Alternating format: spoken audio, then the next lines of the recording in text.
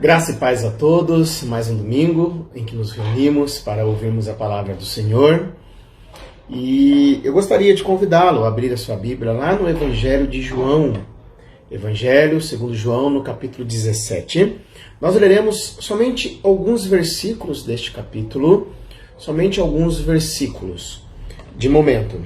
Então, primeiramente, João 17, versículo 1 diz assim: Depois de dizer isso, Jesus olhou para o céu e orou: Pai, chegou a hora, glorifica o teu Filho para que o teu Filho te glorifique. Agora, versículo 14 diz assim: Dei-lhes a tua palavra e o mundo os odiou, pois eles não são do mundo, como eu também não sou. Versículo 17 e 18: Santifica-os na verdade, a tua palavra é a verdade. Assim como me enviaste ao mundo, eu os enviei ao mundo. Agora, versículo 20 e 21 e depois o 24. Minha oração não é apenas por eles, rogo também por aqueles que crerão em mim por meio da mensagem deles, para que todos sejam um, Pai, como tu estás em mim e eu em ti, que eles também estejam em nós, para que o mundo creia que tu me enviaste. Agora versículo 24. Pai, quero que os que me deste estejam comigo onde eu estou e vejam a minha glória, a glória que me deste, porque me amaste antes da criação do mundo. Vamos orar mais uma vez, feche os seus olhos. Pai, é a tua palavra que nós abrimos neste momento e nós clamamos ao Senhor, que o Senhor fale conosco, que o Senhor abra os nossos olhos, que o Senhor abra o nosso entendimento, que o Senhor edifique a tua igreja, pois é no nome sagrado do Senhor Jesus que nós oramos e agradecemos. Amém. Jesus orou por você. Esta é a minha mensagem de hoje. Jesus orou por você. Queridos, uma das coisas que mais marcou o cristianismo da minha mãe foi que ela orou e ora incessantemente pela minha vida e pela vida dos meus irmãos. Muitas vezes eu paro e penso o como isso é importante e o quanto isso significa na minha vida. Até hoje, quando eu preciso de alguma oração, a primeira pessoa que eu ligo para pedir oração é para minha mãe. Confesso que uma das cenas que mais marcaram a minha infância, a minha juventude dentro da casa dos meus pais, era ver todos os dias, à noite, a minha mãe sentando, fazendo um devocional e orando por todos os filhos, sobrinhos, netos e todos aqueles que ela pudesse orar. Minha mãe orou e ora por mim. Com certeza você também pode falar de pessoas que oraram e oram por você. Porém, eu gostaria de levá-lo a pensar em algo muito maior. Jesus orou por você. O texto que nós lemos aqui de João 17, ele é chamado ou conhecido como a oração sacerdotal de Jesus. Ele está num contexto em que nós chamamos do discurso do cenáculo. O que é o discurso do cenáculo? Jesus, ele acabara de dar esse discurso para os seus discípulos. Você lendo do capítulo 13 até o versículo 16. Jesus estava à mesa. Se você ler todos esses capítulos 13, 14, 15 e 16, Jesus está à mesa com os seus discípulos em uma conversa com eles. E nessa conversa, ali, nós vamos ver, por exemplo, Jesus lavando os pés dos discípulos. Jesus indicando o traidor, que é Judas. Jesus dá um novo mandamento. Pedro é avisado que negaria a Cristo. Jesus fala sobre o céu. Jesus, ele promete outro Consolador, que é o Espírito Santo. Jesus fala sobre a produtividade espiritual, que nós não podemos produzir espiritualmente se não estivermos nele, que é a videira verdadeira. Ele fala sobre a missão do Espírito Santo. E ele, no final do capítulo 16, ele se despede dos seus discípulos. Porém, ele se despede dando uma palavra de ânimo. Olha o versículo 33, o que ele diz. Eu lhes disse essas coisas para que em mim vocês tenham paz. Neste mundo vocês terão aflições. Contudo, tenham ânimo, eu venci o mundo. E Jesus, ele conclui esse encontro com esta oração. Todo o capítulo 17 é uma oração de Cristo que é conhecido como a oração sacerdotal. Jesus, nesta oração, ele ora por ele mesmo, ele ora pelos discípulos e ora por aqueles que haveriam de crer, aqueles que formariam a igreja. Jesus ora por mim e Jesus ora por você. E é maravilhoso demais vermos o Senhor Jesus orando a Deus o Pai pela sua igreja, orando pela minha vida e pela sua vida. E eu gostaria que juntos nós tirássemos algumas lições para as nossas vidas. E a primeira lição é que Jesus ora por nós, Jesus ora por você, porque não somos mais deste mundo e o mundo nos odeia.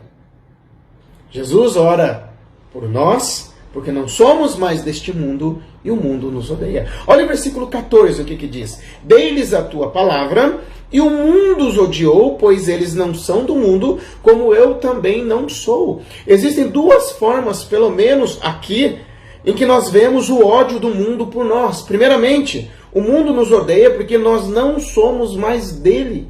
O texto diz que nós fomos tirados do mundo por Deus, o Pai, e fomos dados a Jesus. Olha o versículo 6, a primeira parte dele, o que diz? Diz assim: eu revelei teu nome àqueles que do mundo me destes. Eles eram teus, tu os destes a mim, e eles têm obedecido a tua palavra. Então, o texto diz que nós fomos tirados do mundo por Deus o Pai e fomos dados a Jesus. E assim como Cristo não é deste mundo, nós também não somos deste mundo. Queridos, quando nós somos salvos, quando nós nascemos de novo, quando nós temos uma nova vida, nós passamos a não mais fazer parte do sistema deste mundo. Agora nós vivemos uma nova vida e isso para o mundo acaba sendo uma afronta. E nós somos desprezados. Romanos capítulo 6, versículo 4 diz dessa maneira: portanto, fomos sepultados com ele na morte por meio do batismo, a fim de que, assim como Cristo foi ressuscitado dos mortos, mediante a glória do Pai, também nós vivamos uma vida nova. A versão atualizada diz assim: assim também andemos nós em novidade de vida. Guardem isso. O batismo sela a nossa união com Cristo. E nessa união, nós aprendemos que assim como Jesus morreu no tocante ao pecado, o mesmo acontece conosco. E assim como Cristo ressuscitou para uma nova vida, nós também revivemos para uma nova vida nele, uma novidade de vida.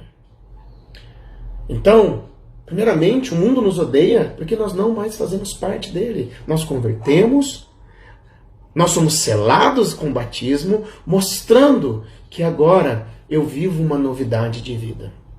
Mas também o mundo nos odeia porque nós temos a palavra. O versículo 14 continua: dei-lhes a tua palavra e o mundo os odiou. O Senhor Jesus entregou a mensagem de Deus aos discípulos. Ele disse: dei-lhes a tua palavra. E nós cristãos, nós somos um povo diferenciado porque nós temos a palavra de Deus. Nós somos um povo que segue os ensinamentos de Jesus. Por conta disso, o mundo sempre vai nos atacar. Os cristãos sempre serão alvo de ataque do mundo. Por quê? Porque nós estamos na contramão. E uma das coisas que é mais atacada, ela é a palavra de Deus, porque ela é o nosso guia. Eis algumas frases em relação à Bíblia, por exemplo. A Bíblia é mentirosa. A Bíblia foi escrita por homens e por isso ela tem erros. Eu sempre pergunto para as pessoas que dizem isso: quais erros? Onde? A Bíblia contradiz naquilo que fala? Onde? Cada um interpreta a Bíblia como quer, ou a Bíblia tem várias interpretações. As pessoas estão dizendo isso porque elas não querem se dobrar diante do que a palavra de Deus está dizendo. A Bíblia é um livro desatualizado e por isso precisa ser reinterpretada. Ou a Bíblia é um livro de uma religião, como várias outras religiões têm seus livros, e todos estes livros são verdades. Vocês já perceberam que vivemos dias em que os princípios cristãos, eles já são vistos como errados? Princípios cristãos são vistos como errados, retrógrados, ofensivos, e ações que a Bíblia condena, elas já são vistas como certas. Nós poderíamos falar várias coisas aqui. Não é novidade o ataque ao cristianismo. Como Jesus mesmo terminou no capítulo 16, antes dessa oração, ele havia dito que no mundo nós teríamos aflições, mas era para termos bom ânimo, porque Jesus venceu o mundo. E o cristianismo sempre será atacado. 2 Timóteo, capítulo 3, versículo 12, diz assim: de fato, todos os que desejam viver piedosamente em Cristo Jesus serão perseguidos. E meu querido e minha querida, Jesus já sabia disso, e Ele orou por nós. Jesus sabia que teríamos ataque, que o mundo iria nos odiar, mas Ele orou por nós. Por isso que o cristianismo, não existe um cristianismo amigo do mundo. A palavra de Deus diz que nós temos que ser sal da terra, e se o sal ele não salga mais, ele não serve para mais nada, a não ser jogado fora, ou seja, temos que fazer diferença nesse mundo. Segunda lição, Jesus, ele ora pela nossa capacitação para vivermos aqui neste mundo. No versículo 17, ele diz assim: santifica-os na verdade, a tua palavra é a verdade. Ou seja, se não somos do mundo e o mundo nos odeia, como então vivemos aqui neste mundo? A capacitação para estarmos no mundo é a santificação que é efetuada pela palavra de Deus. E observem que aqui neste texto, o Senhor Jesus, ele afirma que a verdade é a palavra de Deus. Palavra esta que os discípulos conheciam, e lembrando que Jesus entregou mais palavras a eles também, quando ele diz: dei-lhes a tua palavra. O Senhor Jesus entregou palavra aos discípulos também, que foram registradas mais tarde, e que é o Novo Testamento que nós temos hoje. Mas o Senhor Jesus também ensinou o Antigo Testamento para eles. O Senhor Jesus ensinou a interpretação correta. O Senhor Jesus caminhou com eles. O Senhor Jesus entregou a palavra de Deus aos discípulos. Palavra esta que é verdadeira. Agora, veja que interessante. Ainda nas suas últimas instruções, alguns capítulos atrás, o Senhor Jesus diz que enviaria o Espírito Santo. E ele chama o Espírito Santo de o Espírito da verdade. Olha o que diz o capítulo 14, versículo 16, e parte do versículo 17 diz assim: eu pedirei ao Pai, e Ele lhes dará outro Consolador para estar com vocês para sempre, o Espírito da verdade. Jesus chama aqui o Espírito Santo de o Espírito da verdade. No capítulo 16, versículo 13, ele diz que o Espírito nos guiaria na verdade. Olha só. Mas quando o Espírito da verdade vier, ele os guiará a toda a verdade. Não falará por si mesmo. Falará apenas o que ouvir e lhes anunciará o que está por vir. Jesus nos dá a palavra de Deus, que é a verdade. Ele nos dá o Espírito, que é o nosso guia dentro da palavra de Deus. E ele não vai falar nada além disso. Ele não falaria por si mesmo. Agora é interessante que se nós estudarmos a palavra verdade para Jesus, aqui no Evangelho de João, nós vamos ver algumas coisas. Por exemplo, o Espírito, como nós lemos, ele é chamado de o Espírito da verdade. A palavra de Deus, ela é chamada de a verdade. E Jesus, no capítulo 14, versículo 6, ele diz: eu sou o caminho, a verdade e a vida. Jesus tinha como verdade a palavra de Deus, porque são as próprias palavras do próprio Deus. A Bíblia é a palavra do próprio Deus. Ele tinha como verdade. Logo, meus queridos, nós temos que olhar para a Bíblia assim como Jesus olhava e dava valor. Eis alguns exemplos. Por exemplo, Jesus cita a criação. Jesus cita Adão e Eva. Jesus cita Abraão, Moisés, Davi, os profetas e Jonas na barriga do peixe. Jesus acreditava em todas estas coisas. Jesus usou as Escrituras quando estava sendo tentado. Quando Satanás tenta Jesus com as Escrituras, mas Jesus responde, está escrito. Jesus também, ele mostra a correta interpretação. Jesus cumpriu as Escrituras. Jesus citou as Escrituras pelo menos 60 vezes. Quando nós lemos o Novo Testamento, Jesus cita as Escrituras pelo menos 60 vezes. Jesus valorizava cada letra das Escrituras. Mateus 5, versículo 18, ele diz que nem um i, ou um tio, ou nem a menor letra, e nem o menor traço passará da lei até que tudo se cumpra. Jesus vai dizer que nós erramos quando não conhecemos as Escrituras. Lá em Mateus 22, 29. Errais não conhecendo as Escrituras e nem o poder de Deus. Por isso nós precisamos, debaixo de muita oração, estudarmos este livro precioso que trará transformação na nossa vida e vai nos capacitar na nossa jornada aqui neste mundo. Guardem isso. A palavra de Deus é a verdade que nos capacita para estarmos no mundo e o meio pelo qual a nossa santificação é alcançada. Jesus sabia que nós precisaríamos de um guia aqui neste mundo e por isso ele orou pela nossa santificação na palavra. Agora que Cristo nos tira do mundo e nos dá a palavra, Cristo ele nos envia de volta ao mundo. Terceira lição, Jesus orou pela nossa missão de irmos ao mundo. Olha o versículo 18, o que diz? Assim como me enviaste ao mundo, eu os enviei ao mundo. Do mesmo modo que Jesus foi enviado ao mundo com uma missão, agora ele envia os seus discípulos ao mundo também com uma missão. Por isso, a reação dos cristãos não deve ser a de retirar-se do mundo, mas sim a de viver no mundo capacitado pela palavra de Deus. E isso vai trazer resultado no meu dia a dia. Por exemplo, melhores cônjuges, melhores pais, melhores estudantes, melhores profissionais, melhores professores, melhores políticos. Por quê? Porque nós somos capacitados pela palavra de Deus, mas com uma cosmovisão cristã. 1 Coríntios 10, 31 diz, assim, quer vocês comam, bebam ou façam qualquer outra coisa, façam tudo para a glória de Deus. Agora a minha vida é para a glória de Deus.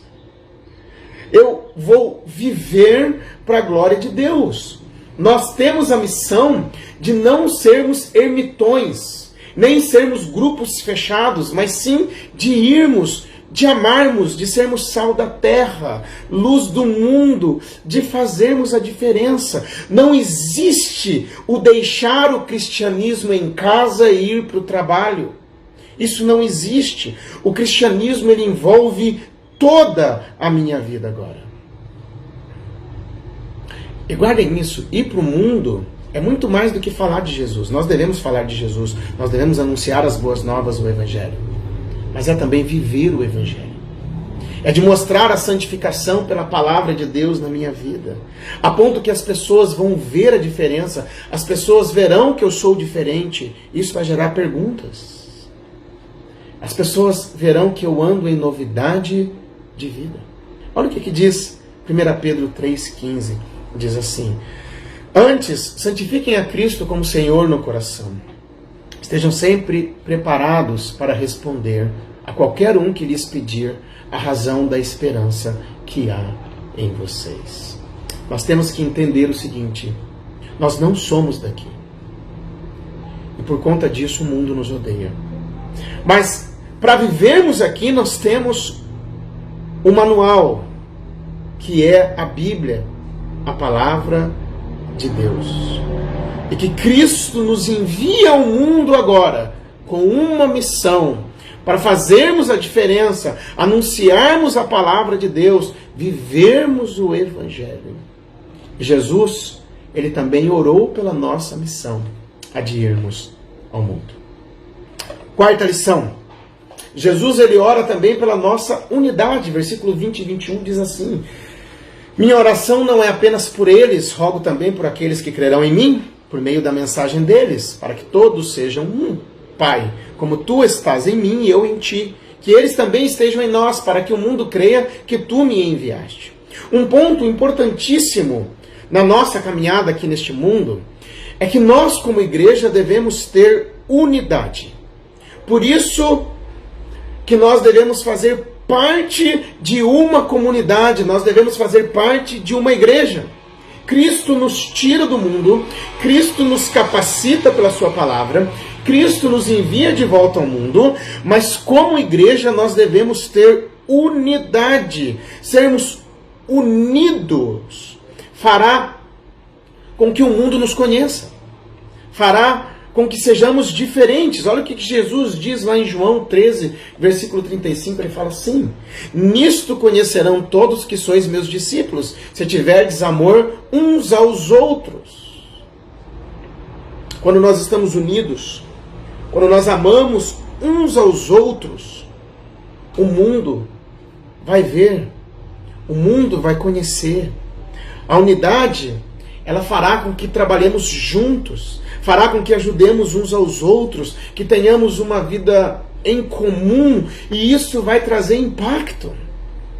A mutualidade cristã precisa existir, e ela só existe dentro da igreja. É muito mais que frequentar, mas é viver o dia a dia da igreja. Olha alguns exemplos de mutualidade. Existem mais de 25 na Bíblia, mas somente alguns exemplos de mutualidade cristã que só acontece no dia a dia da igreja. Olha só: amem-se uns aos outros, Romanos 12, 10. Cuidai uns dos outros, 1 Coríntios 12, 25. Sujeitem-se uns aos outros, Efésios 5, 21, 22. Suportem-se uns aos outros, Colossenses 3, 13. Não tenham inveja uns dos outros, Gálatas 5, 26. Deixem de julgar uns aos outros, Romanos 14, 13. Perdoai-vos uns aos outros, Tiago 5, 15. E orem uns pelos outros, Tiago 5, 16. Isto é igreja. Sim, nós somos falhos. Jesus sabia disso, por isso ele ora pela nossa unidade. E você, que está acompanhando essa mensagem pela internet, que está longe da igreja, pouco se envolve ou está afastado, saiba de uma coisa: Jesus orou por você, para que você viva em unidade. Última lição: Jesus ora pela nossa glorificação futura. Versículo 24 diz assim: Pai, quero que os que me deste estejam comigo, onde eu estou, e vejam a minha glória. A glória que me deste, porque me amaste antes da criação do mundo. Jesus pede ao Pai para que os seus discípulos, nós como igreja, vejamos a sua glória e estejamos no céu com Ele. Ou seja, a nossa salvação está segura, o nosso destino é certo. O Senhor Jesus está orando pela nossa glorificação final. E Ele já tinha dito a respeito disso, lá no capítulo 14, um pouco antes, de 1 a 3. Olha o que Jesus disse: não se turbe o coração de vocês, creiam em Deus, creiam também em mim. Na casa de meu Pai há muitos aposentos. Se não fosse assim, eu lhes teria dito: vou preparar-lhes lugar. E se eu for e lhes preparar lugar, voltarei e os levarei para mim mesmo, para que vocês estejam onde eu estiver. Qual é a nossa esperança? A nossa esperança é que um dia estaremos face a face com o Senhor Jesus e veremos a sua glória. E esta salvação, ela é certa. Esta salvação, ela é segura e nada nos tira das mãos de Deus. O Senhor Jesus, em outro contexto, falando sobre aqueles que o Pai lhes deu, lembra que ele fala aqui que nós fomos dados por Deus o Pai a Ele? Ele diz o seguinte, lá em João 6, versículo 37. Todo aquele que o Pai me der, virá a mim, e quem vier a mim, eu jamais o rejeitarei. Queridos, a obra é completa. O Senhor Jesus, Ele ora pela nossa completa salvação. Jesus, Ele orou por toda a nossa caminhada aqui, desde a salvação que acontece na nossa vida, até a nossa glorificação no céu. Mas ele deixou as coordenadas para que não desviemos dela. Por exemplo, nós não somos mais cidadãos deste mundo, e sim do céu. Nós não somos cidadãos deste mundo. Por isso o mundo nos odeia e nem sempre o mundo vai olhar para a gente com simpatia. A nossa capacitação para vivermos aqui neste mundo é a palavra de Deus. É ela que é o meu guia. É nela que eu tenho que meditar, orar em intimidade com Deus. Mas o Senhor Jesus, ele nos envia de volta ao mundo para continuarmos a sua missão, para pregarmos o Evangelho, mas também para vivermos o Evangelho e fazermos a diferença neste mundo.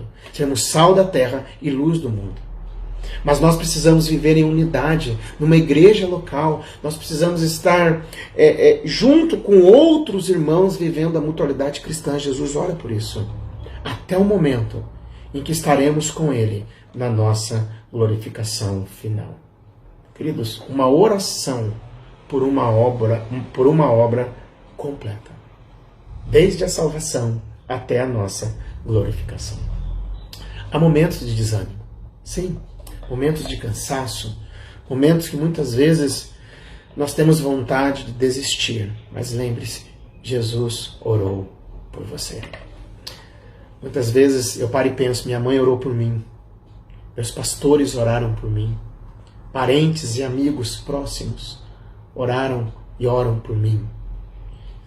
Mas se todos esses vierem a falhar, Jesus orou por mim. Jesus orou por você. Lembre-se disso. Jesus orou por você. A obra de Cristo, ela é completa na nossa vida. E aquele que começou a boa obra, ele vai completar esta obra. Gostaria de terminar lá com um versículo em Filipenses, capítulo 1, versículo 6, diz assim: estou convencido de que aquele que começou boa obra em vocês vai completá-la até o dia de Cristo Jesus. Baixe sua cabeça, vamos orar mais uma vez. Senhor, muito obrigado pela tua palavra. Muito obrigado pela obra completa de Cristo por nós. O Senhor nos escolheu, o Senhor nos deu a Jesus. Obrigado por tamanha salvação, mas o Senhor nos tira deste mundo, mas apesar de não sermos do mundo, estamos no mundo. Ajude-nos, ó Deus, na nossa capacitação, que é pela Tua Palavra, com a ação do Teu Santo Espírito, Senhor Deus. Trabalhe na nossa vida, na vida da nossa igreja, daqueles que estão ouvindo, para que possamos cada dia mais e mais em intimidade com o Senhor aprendermos da Tua Palavra. Ajude-nos, ó Deus, na missão que temos no mundo, de vivermos o Teu Evangelho, de fazermos a diferença, de sermos santos, sal da terra e luz do mundo. Ajude-nos a vivermos em unidade, ó Deus. Eu sei que a pandemia tem dificultado neste momento, mas ajude-nos a nos envolvermos de alguma maneira, mais e mais, e passando tudo isso, a estarmos na igreja como corpo, cada um como parte do corpo, exercendo o dom que o Senhor deu, e vivermos essa mutualidade cristã. E obrigado a Deus, porque o Senhor começou uma obra na nossa vida, e o Senhor vai completar esta obra, e nós um dia estaremos diante do Senhor e veremos a glória de Cristo. Muito obrigado a Deus. Eu quero te agradecer no nome sagrado do Senhor Jesus. Amém. Vamos louvar a nossa